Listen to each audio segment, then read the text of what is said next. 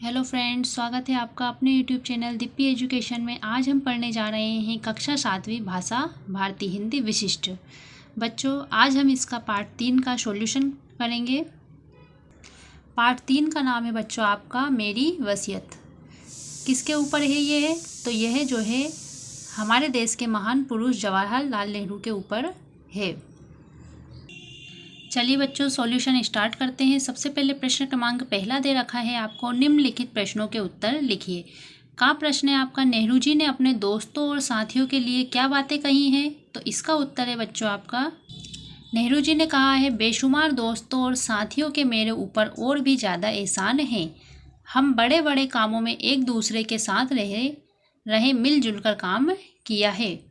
प्रश्न क्रमांक ख है आपका, गंगा नदी से नेहरू जी की कौन कौन सी भावना लिपटी हुई हैं?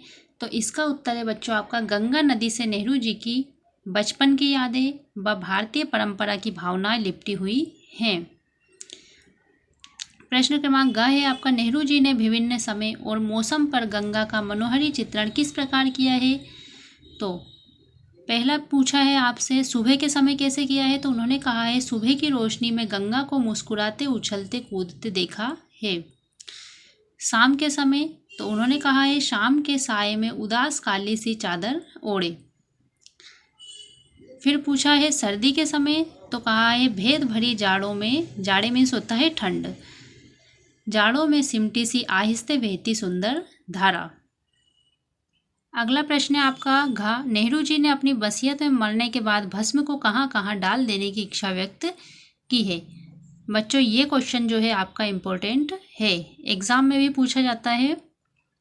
इसका उत्तर है आपका, नेहरू जी ने अपनी वसीयत में मरने के बाद भस्म को इलाहाबाद के पास गंगा में डाल दी जाए और उन खेतों पर डाल दी जाए जहाँ देश के किसान मेहनत से जो है हल चलाते हैं और खेती करते हैं।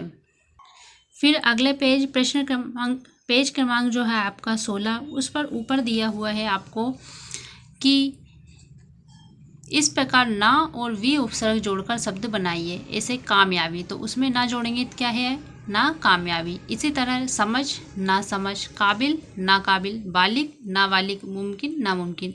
आपको पता होगा बच्चों, उपसर्ग जो है आगे की ओर जुड़ता है और प्रत्यय हमेशा पीछे की ओर लगता है।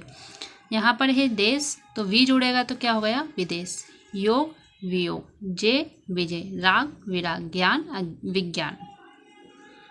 फिर अगला प्रश्न क्रमांक 17 पर है आपका, निम्नलिखित वाक्यों में रिक्त स्थानों की पूर्ति दिए गए विकल्पों में से छांटकर कीजिए। का है आपका, प्राचीन सभ्यता का प्रतीक रही है। क्या रही है? तो गंगा नदी। खा है, पुराण में प्रत्यय लगाकर पौराणिक शब्द बनता है। कौन सा प्रत्यय लगेगा? तो इक प्रत्यय लगेगा। अगला है, बेशुमार शब्द में कौन सा उपसर्ग है? तो बेशुमार शब्द में बच्चों आपका बे उपसर्ग है, क्योंकि उपसर्ग जो है शब्द के आगे लगता है। बच्चों, ये आपका पार्ट 3 का सॉल्यूशन कंप्लीट है। अगर वीडियो अच्छी लगी हो तो लाइक करें, चैनल को सब्सक्राइब करें। मिलते हैं अगले वीडियो में पार्ट 4 के संपूर्ण हल के साथ। तब तक के लिए जय हिंद, जय भारत।